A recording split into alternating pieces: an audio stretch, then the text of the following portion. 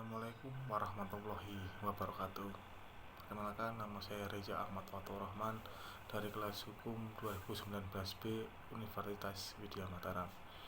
Di sini saya akan membacakan tentang makalah radio lahirnya Undang-Undang Cipta Kerja, tugas UTS dari dosen Bapak Roni. Yang pertama yaitu pendahuluan. Latar belakang diciptakannya Undang-Undang Cipta Kerja ini, pemerintah pusat bersama dengan DPRD Indonesia telah mengesahkan Undang-Undang Nomor 11 Tahun 2020 tentang Cipta Kerja. Undang-undang ini disusun menggunakan teknik Omnibus Law. Pengesahan undang-undang ini menurut pemerintah bertujuan untuk meningkatkan investasi, membuka lapangan pekerjaan, dan meningkatkan kemampuan tenaga kerja, dan menegaskan rumitnya mekanisme perizinan yang selama ini dianggap sebagai salah satu penghambat utama dalam investasi. Sebagai negara hukum, rakyat Indonesia menuntut pemerintah untuk meningkatkan dan menyelenggarakan kinerja pemerintahan baik secara kualitas dan tetap dilandaskan pada sebuah asas, seperti salah satunya cita-cita perjuangan bangsa Indonesia ialah terwujudnya masyarakat yang adil, makmur, yang berdasarkan pada Pancasila dan Undang-Undang Dasar 1945. Seiring dengan tujuan pembangunan nasional dalam mewujudkan keadilan ini, seluruh rakyat Indonesia pada pasal 28 di ayat 1 Undang-Undang Dasar Negara Republik Indonesia menyebutkan setiap orang berhak atas pengakuan dan jaminan perlindungan serta kepastian hukum yang adil serta perlakuan yang sama di hadapan hukum. Namun definisi otonomi ini pada umumnya adalah pembagian kekuasaan antara pusat dan daerah yang mewujudkan berupa hak, wewenang, dan kewajiban sebagai implementasi dari praktik otonomi daerah tersebut. Pemerintah membuat aturan sebagai dasar hukum utama. Dengan daerah merupakan bukti nyata bahwa negara Republik Indonesia bersungguh-sungguh dalam mewujudkan cita desentralisasi walaupun pada pelaksanaannya jauh dari harapan. Sehingga saat ini kita masih menuju pada cita-cita desentralisasi tersebut. Daerah otonom yang telah menerima kebijakan itu diberikan keleluasaan untuk dapat berprakarya dalam proses pembangunan dan pengambilan keputusan, baik yang berhubungan dengan pelayanan masyarakat ataupun bertujuan untuk meningkatkan taraf kesejahteraan masyarakat.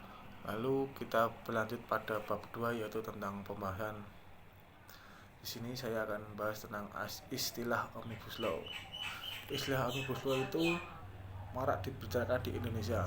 Hal ini dikarenakan pemerintah Indonesia sedang menyusun Omnibus Law yang bertujuan akhirnya untuk mendorong pertumbuhan ekonomi nasional. Salah satu Omnibus Law yang telah diresmikan adalah Undang-Undang Nomor 11 Tahun 2020 tentang Cipta Kerja. Di sini alasan pemerintah membuat Omnibus Law lantaran sudah terlalu banyak regulasi yang dibuat yang kemudian menimbulkan persoalan tersendiri seperti tumpang tindih regulasi, akibatnya tak sedikit menimbulkan persoalan tersendiri seperti tak sedikit menimbulkan konflik kebijakan atau kewenangannya antara satu kementerian atau lembaga dengan kementerian lembaga lainnya, dan juga antara pemerintah pusat dengan pemerintahan daerah. Pengertian dari Omnibus Law tersebut adalah suatu metode atau konsep pembuatan regulasi yang menggabungkan beberapa aturan yang substansi pengaturan berbeda menjadi satu peraturan dalam satu wadah payung hukum. Regulasi yang dibuat senantiasa dilakukan untuk membuat undang-undang yang baru dengan membatalkan atau mencabut, mengamandemen beberapa peraturan perundang-undangan sekaligus. Lalu tujuan dan makna dari Omnibus Law tersebut yaitu akan didorongkanlah dalam bentuk tiga undang-undang besar ini. Yang pertama Undang-Undang Cipta Kerja, Undang-Undang Pemberdayaan UMKM, serta Undang-Undang Perpajakan. Semoga dengan 3 undang-undang ini akan menjadi alat ukur memperkuat perekonomian nasional melalui perbaikan ekosistem investasi dan daya asing di Indonesia. Undang-Undang Cipta Kerja ini diharapkan akan menjadi bagian dari upaya untuk pemulihan ekonomi nasional selanjutnya, khususnya dalam mendorong transformasi ekonomi agar mampu menciptakan lapangan kerja baru bagi masyarakat di Indonesia. Lalu tujuan lain dari dibuatnya Omnibus Law ini adalah: 1.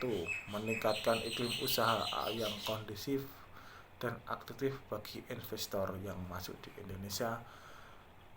Dan kedua, meningkatkan pertumbuhan ekonomi di Indonesia. Yang ketiga, meningkatkan kepastian hukum dan mendorong minat warga asing untuk bekerja di Indonesia yang dapat mendorong keahlian dan pengetahuan kualitas SDM di Indonesia. Nomor 4 yaitu mendorong kepatuhan sukarela wajib pajak dan menciptakan keadilan berusaha antara pelaku usaha dalam negeri dan pelaku usaha di luar negeri. Nomor 5 yaitu peningkatan ekosistem investasi. Nomor 6 kemudahan berusaha. Nomor 7 peningkatan perlindungan dan kesejahteraan pekerja. Nomor 8 yaitu investasi pemerintahan pusat dalam pencapaian proyek strategi nasional.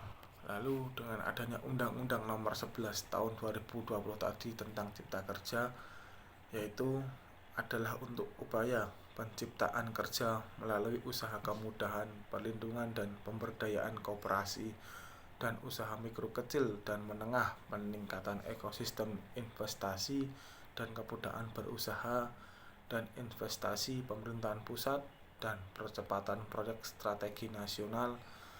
10 ruang lingkup undang-undang ini adalah: nomor 1, peningkatan ekosistem investasi dan kegiatan berusaha. Nomor 2, ketenagakerjaan. Nomor 3, kemudahan, perlindungan serta pemberdayaan koperasi dan UMKM. Nomor 4, kemudahan berusaha. Nomor 5, dukungan riset dan inovasi. Nomor 6, pengadaan tanah. Nomor 7, kawasan ekonomi.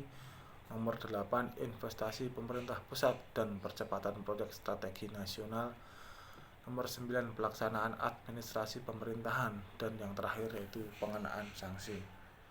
Mungkin ini yang dapat saya sampaikan di isi makalah yang telah saya buat. Mungkin dari kesimpulan ini adalah diciptakannya Undang-Undang Cipta Kerja ini untuk kedepannya akan menjadi wadah bagi masyarakat untuk mempercepat pertumbuhan ekonomi yang ada di Indonesia. Mungkin sekian yang dapat kami sampaikan. Saya akhiri. Wassalamualaikum warahmatullahi wabarakatuh.